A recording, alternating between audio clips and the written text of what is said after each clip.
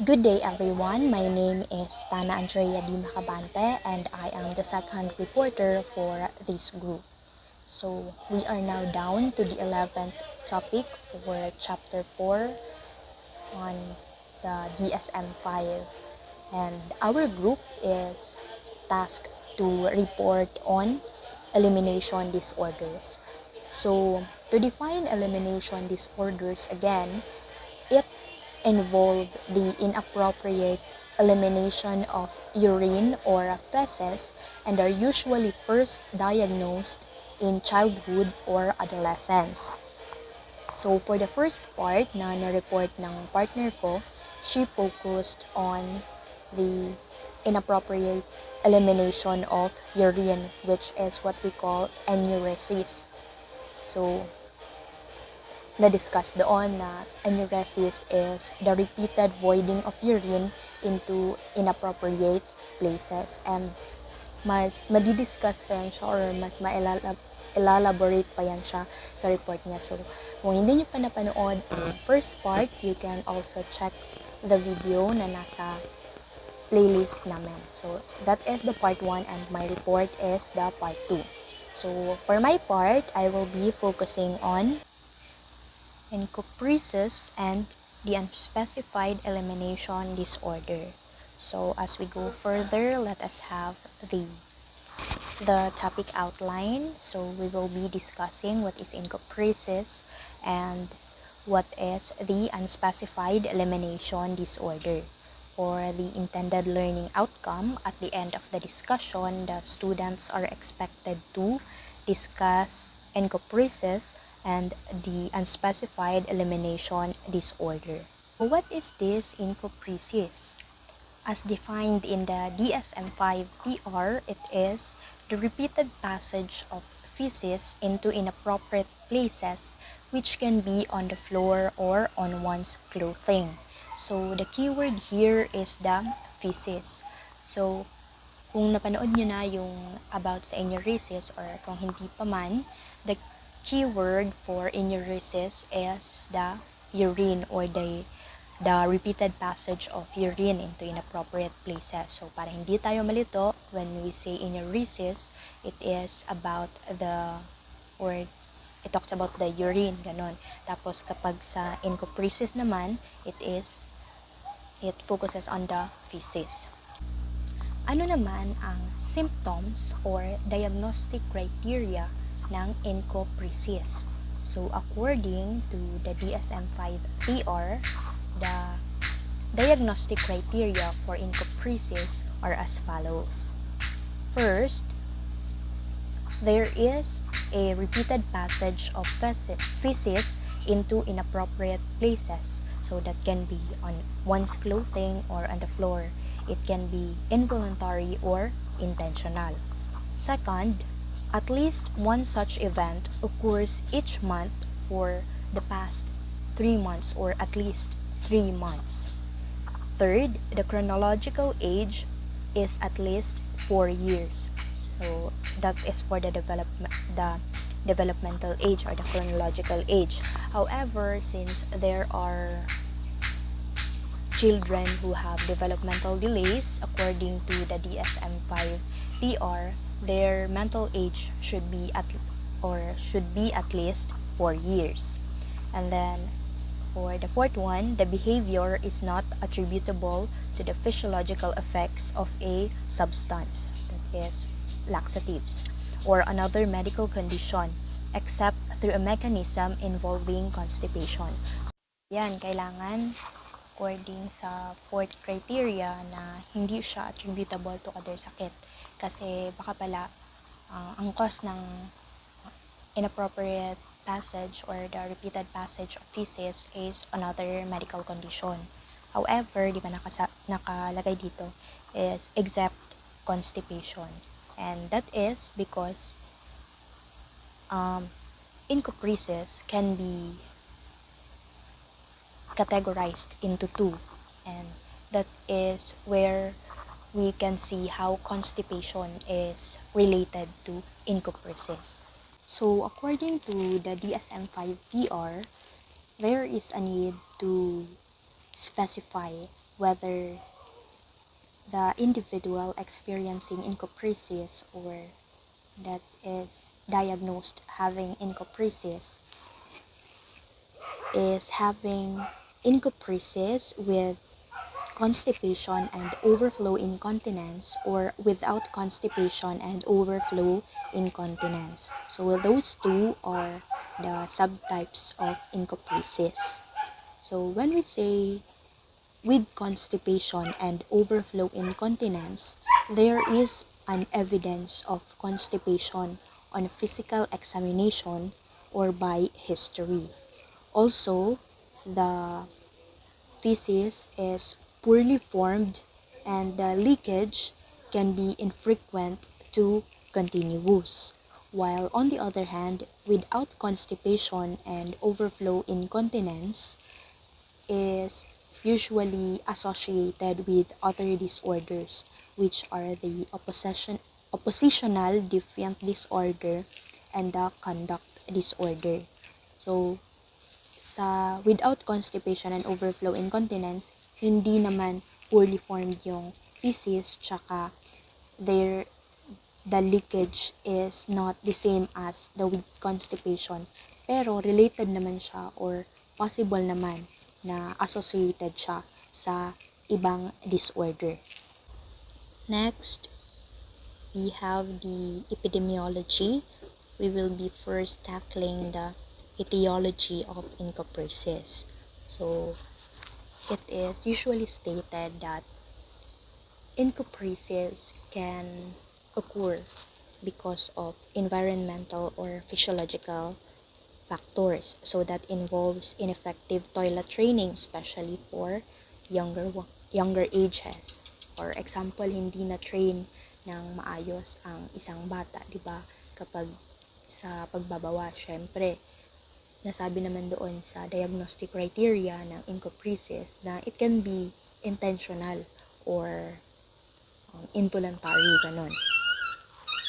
So, possible na may effect ang toilet training, especially kapag hindi sila na-train how to use the toilet properly.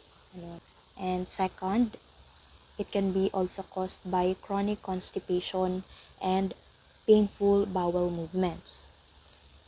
Also, it has been stated na yung anxiety, depression, behavioral disorders, the psychological stressors, and even the lower socioeconomic income can affect or can contribute to the development of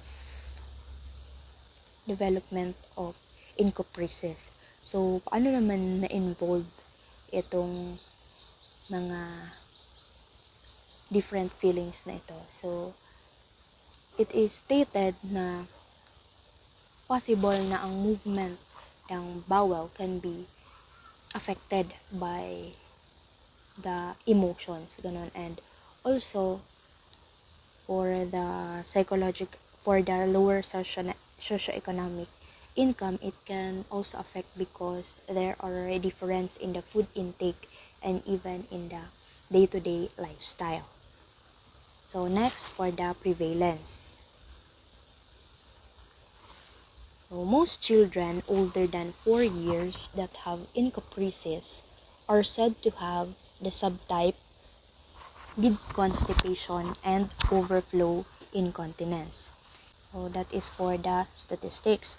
Also, it has been shown on data that the percentage of children affected by encopresis, magkaiba yung percentage ng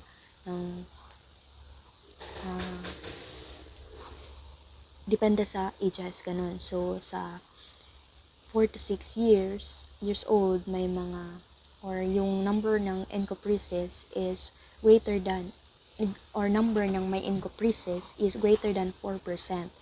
While doon naman sa mga mas matanda na, ages 10 to 12 years old, is yung percentage ng may encopresis is less than 2%. Also, there is a difference din sa percentage ng may encopresis depending naman sa country na kinabibilangan nila. So, stated doon sa DSM-5-TR na doon sa mga country na may high income, yung affected or mga bata na affected on encopresis ranges from 1% to 4%. Habang doon naman sa mga Asian countries, it ranges from 2% to 8%. So, ayun, makikita natin from that data na mas mataas yung percentage doon sa Asian countries. And it can also be na doon sa mga country na hindi or low income countries. Kasi nga 'di ba nasabi kanina na lower socioeconomic income can really affect or can really contribute to the development of encopresis kasi nga possible na sa toilet training, hindi kaano maayos ang facilities and even sa foods.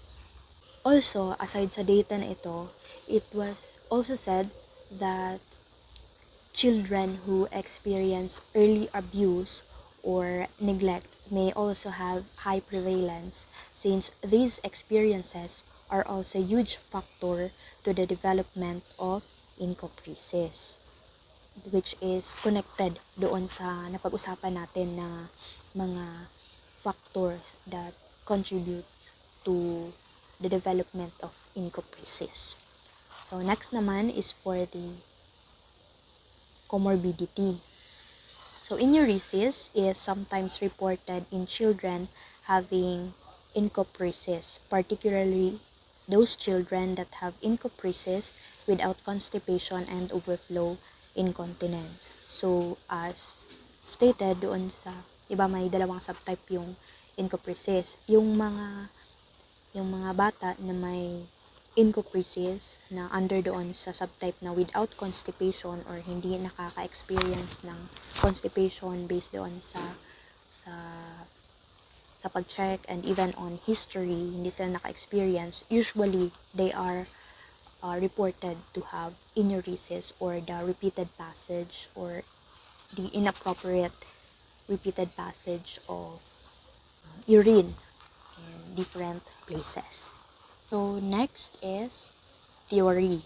So, this particular section will talk about the theory that could explain elimination disorders as a whole. So, accordingly, Sigmund Freud's theory of psychoanalysis is seen to be related and could explain incontinence. And it was also said that even before elimination disorder is already viewed as a psychiatric disorder or a symptom of emotional disturbance. So, di ba? Noon pa man daw is kino-consider na ang elimination disorder na isang psychiatric disorder or ayun nga, symptom ng emotional disturbance because of the theory of Sigmund Freud. So, paano naman? So, how can the theory postulated by Freud explain elimination disorder? So, it has been stated in this theory that every individual undergoes different stage of development. So, that is termed by Sigmund Freud as the psychosexual stages. And with these different stages, it is marked, or each stage is marked by conflicts that can help in building a child's growth but may also repress development. So, yung growth ng isang bata will depend on how they are resolved or how those conflict on each stages are resolved. So, one of these stages is what Freud calls as the anal stage. That is for children ages 1 to 3 years old, which focuses on the bowel and bladder control. So, during this stage, the primary conflict is on toilet training, which aims to help a child learn to control their bodily needs, and if successfully learned, it may cause a sense of accomplishment and independence to the child. However, ang success sa stage na yon does not rely on how the child learn on his or her own, but it rather rely on how the parents approach toilet training. So there are parents who uses rewards and praises to their children who have actively and accurately used the toilet. These actions may help the children or the child feel capable and productive because of the positive affirmation that they have received from their parents. However, hindi ganito ang lahat ng parents, or this is not always the case. Some may directly and instantly punish, ridicule, and shame their children, lalong-lalo na kapag may mga accidents or may mga kamalian doon sa toilet training. So dahil nga magkaiba ang types of parents or different ang approach ng parents sa toilet training, there can be also a difference on how a child may view the toilet training sa stage na yon. So this type of parents who are strict in training may only push their children to have anal retentive personality. Ano itong anal retentive personality? The child may be stringent, rigid, and obsessive in the future. And if parents are being too lenient, kumbaga, parang kung yung isa is very strict, yung isa naman is parang wala lang, ganun, the child may develop anal expulsive personality, or the child may grow into a messy, wasteful, or destructive in the future. Thus, toilet training, usually done during the anal stage, if properly done, may be a huge help to prevent encopresis. So, ayan. Throughout sa discussion natin about sa encopresis, we can conclude na it must have been very difficult for a child experiencing this to have a social life or even live a normal life, because it is stated in studies that the common effect of encopresis to the individual, particularly the child experiencing it, is feeling ashamed, na mas gugustuhin nila na hindi na ma-involve sa mga public places, especially sa school and even sa class, kasi may possibility na mangyayari ang event na ikakapahiya nila, ganun. So, yung feeling na yun, it usually starts doon sa lowered self-esteem, because syempre alam nila kung na there's something wrong, and alam nila kung na it is not normal, ganun. So sometimes gusto rin nila na hindi na mag-join sa mga groups, ganun, kasi nga there is an exclusion by peers. Tapos, there are also negative treatment from the caregivers, especially doon sa younger years pa lang. Like, they are being punished, they are rejected and scolded. So, it is really difficult. So, now, we will be tackling on the possible treatment na sinasabing possible na makatulong to treat encopresis. First is incorporating biofeedback. So, when we say biofeedback, it is a technique that can be used to teach individuals to recognize their own muscular movements by using probes that send signals to the individual. Through this, a child may learn to relax and contract anal muscles, allowing them to control bowel movements. Ayun, hindi na magkakaproblema, or if possible, makokontrol yung bowel movement ng isang bata. Next naman is enhanced toilet training. Hindi ito yung kumbaga sa younger years na babalikan yung toilet training, but rather enhanced toilet training means that a training is done to individuals to relax and contract muscles through breathing exercises and relaxation. Also, 'di ba nasabi doon sa theory ni Freud, parents may also use of rewards. Like, if okay na yung mga pagbabawas ng isang bata. Also, they may try medical intervention, yung pag-inom ng gamot. However, this is not always recommended since may possibility na kapag nag-stop ng medication, possible na mas lalala yung encopresis. But a more effective supplement can be given, that is a dietary supplementation. So we are done with our discussion on encopresis. So we have defined what is encopresis, and it is the repeated passage of feces into inappropriate places. We have also discussed the DSM-5-TR criteria for it. We have also talked about the epidemiology, particularly the etiology of encopresis. We have also talked about the prevalence or the statistics concerning it, also the comorbidity, and we also talked about a theory that would explain elimination disorder, and also the possible treatment for encopresis. Now we will move to our next topic, which is the unspecified elimination disorder. So the specified elimination disorder is also discussed on the first part. So what is this unspecified elimination disorder? So these are symptoms characteristics of an elimination disorder that cause clinically significant distress or impairment predominate but do not meet the full criteria for any of the disorders in the elimination disorders diagnostic class.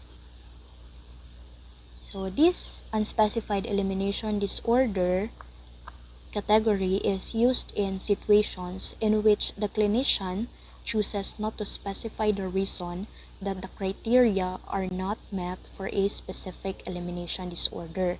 So, sa unspecified elimination disorder, ito yung may symptoms, ganon, may significant distress and impairment. However, it does not meet the full criteria para masabi, di ba? For example, sa encopresis, may 4 criteria siya. So, hindi niya na-reach yon. So, that can be classified under unspecified elimination disorder. Ito rin yung, kumbaga, ito yung ginagamit usually na parang diagnosis kapag nasa emergency room settings. So that is for the unspecified elimination disorder. And that ends my report. Here are my references. Thank you.